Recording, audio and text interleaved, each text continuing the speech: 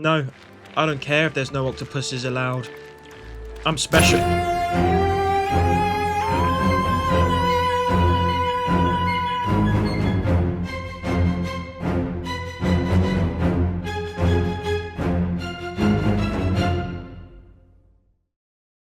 Darwin's Paradox is a newly released title developed by ZDT Studio, an independent company based in France. And for a first game, they have pretty much knocked it out of the park. Published by Konami, yes, Konami, this collaboration brings together a smaller creative team with one of the industry's most established publishers. Built using Unreal Engine 5, the game is a cinematic 2.5D platformer, one that blends traditional side-scrolling structure with 3D environments, some damn good dynamic lighting, and a strong emphasis on visual storytelling. From a technical standpoint, the goal was to create something expressive, where movement, animation, and camera work all contribute to the whimsical experience. And yeah, dude, it succeeds. At the center of that design philosophy sits an unusual protagonist, a blue octopus. According to the developers, the character wasn't adapted to fit a traditional control scheme. Instead, the systems were built around the creature itself. Its movement, a boneless flexibility, and interaction with the world became the foundation for how the game plays. This drives a focus on stealth and environmental manipulation in order to survive. Speaking of, the environments are designed less like the normal rigid levels and more like spaces to navigate. Having this idea gave way to let the player observe and improvise to find their own way forward.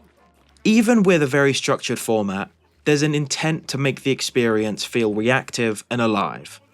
And again, it succeeds. Unfortunately, besides these insights, much of the game's development remains relatively undocumented.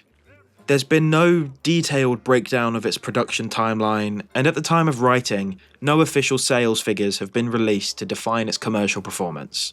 With that in mind, if anyone from ZDT Studio is listening to this, I would love to learn more about the development cycle, so hit me up, bro.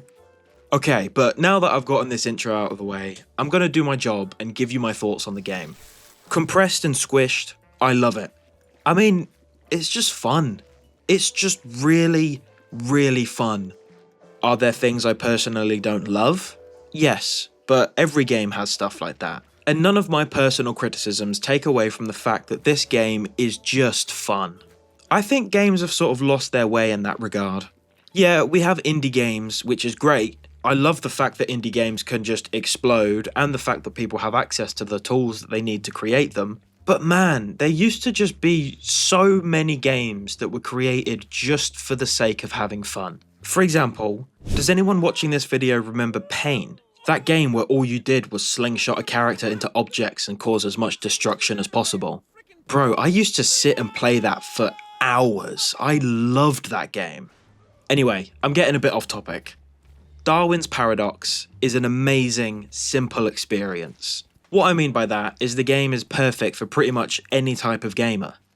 There's no real learning curve, no moment where the controls suddenly click into place.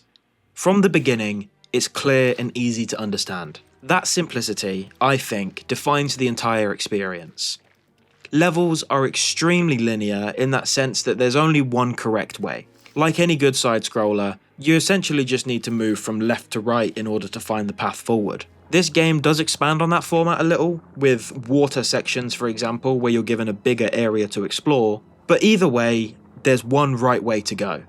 And even when it comes to secrets and collectibles, you pretty much always find them by going the correct direction first. But within that simplicity, the game still manages to stay engaging throughout. The puzzles are well designed, even if they're not particularly difficult. They don't really demand much from the player in terms of problem solving, but they are consistent and they fit naturally into the flow of the game. You're never stuck for too long, but you still feel smart enough for figuring them out. Stealth and environmental dangers, on the other hand, is where things tighten. There's no armor or means of fighting back, so think about any other side-scroller you've played. I imagine most of you understand that any amount of damage usually kills you in one hit. It's the same here. If you're spotted in stealth or mess up a jump, you're most likely going to die and have to restart that section. Whilst I get that this is what these games are all about, and I've played my fair share of them, it did get frustrating at times. Don't get me wrong, this is mostly because I messed something up, but there's a few times where the game could do with a bit more explaining or just examples of your limitations/strengths. For example, there was a few times where I thought, no, I absolutely cannot make that jump, so I tried looking for a different solution and it got me killed. So, I went back to the most simple solution of just jumping, and it turns out that's all I needed to do. This, of course, is my fault for just not trying it, but I personally think the game would thrive even more if it had just a few moments before these points showing off that you can indeed jump that gap, for example. Does that make sense? On this topic, I want to talk specifically about one section. Late in the game, you enter this underwater city type area wherein you'll have to avoid the sonar from these shark-shaped vehicles. To hide from the sonar, you have to hide in these fluorescent mushroom things. Anyway, those mushrooms react only in your proximity, and will stop becoming available cover after a couple seconds after you enter their presence. All this to say, this entire concept could have done with just like a short little cutscene or something, just to showcase the sort of timing you need to keep in mind when moving through the mushrooms. I died so many times during this bit because I just didn't understand specifically what the game was trying to get me to do. As far as I was concerned, I needed to hide in the mushrooms whilst I swim under the sharks. But what you have to do is time your hiding with the ping of the sonar. So essentially, you're dipping in and out of the hiding place in between the blasts of the sonar. This, by all means, could have just been me being stupid. Some of you who have played the game may disagree that it needed explanation, and you might have understood it instantly. I respect that, but this is my video talking about my experience, so chill out. Other than that though, the movement feels pretty great and responsive, making for a damn good platformer.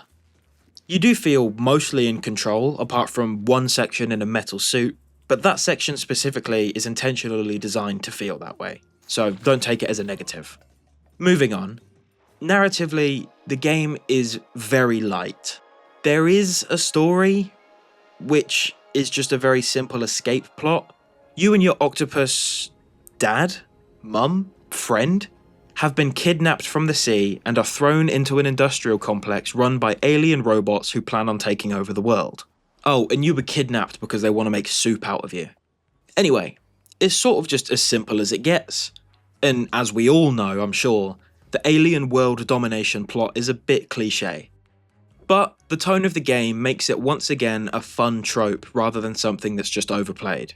With that being said, I did leave the game feeling a little underwhelmed. Not because I didn't enjoy my time with it, but because the game sets up a really cool world that I just want to know more about, but the game doesn't dive into it almost at all. All of the stuff you learn about the world and what's happening comes from the background information or readable documents that you find in the levels. The whole time it feels like the narrative is building to something, but it just never pays off. And the ending is just so abrupt, with nothing actually being solved, figured out, or even gives you anything to think about after the fact and create theories on what you think is happening. I can't speak for all the collectible documents because I didn't find them all, so I don't know whether these give any further information on the world that answers any questions. So maybe the understanding of the story will change once people start collecting all of these and maybe making their own theories. But that doesn't change the fact that the story is unfortunately underwhelming and over way too quickly. With a name like Darwin's Paradox, it feels like there should be more to it. More world building, some sort of thematic depth, or something to just tie everything together. And while the game hints at those ideas, it just never really commits to them. It doesn't hurt the experience, I wouldn't say, but it does leave it feeling like there was potential for something deeper. But my god, the game is consistently impressive. Environments feel large, varied and carefully constructed. From the opening trash dump, to the industrial factory spaces, and all the way through to the alien city hidden beneath it all. For example, there's a short but really cool section when you're in the underground city. You step into a movie set, and this is at the point where you're wanted by the aliens because you've destroyed some of their stuff. So essentially they're making a movie where you're King Kong in this world. Anyway, you run through this set, and at the end, enter a room where you can see part of the movie being played on a screen in the background. This is the movie, by the way. But you can barely make it out when you walk through the area. It's just such a cool little detail. I mean, the fact that this was included to just fill out the space is awesome.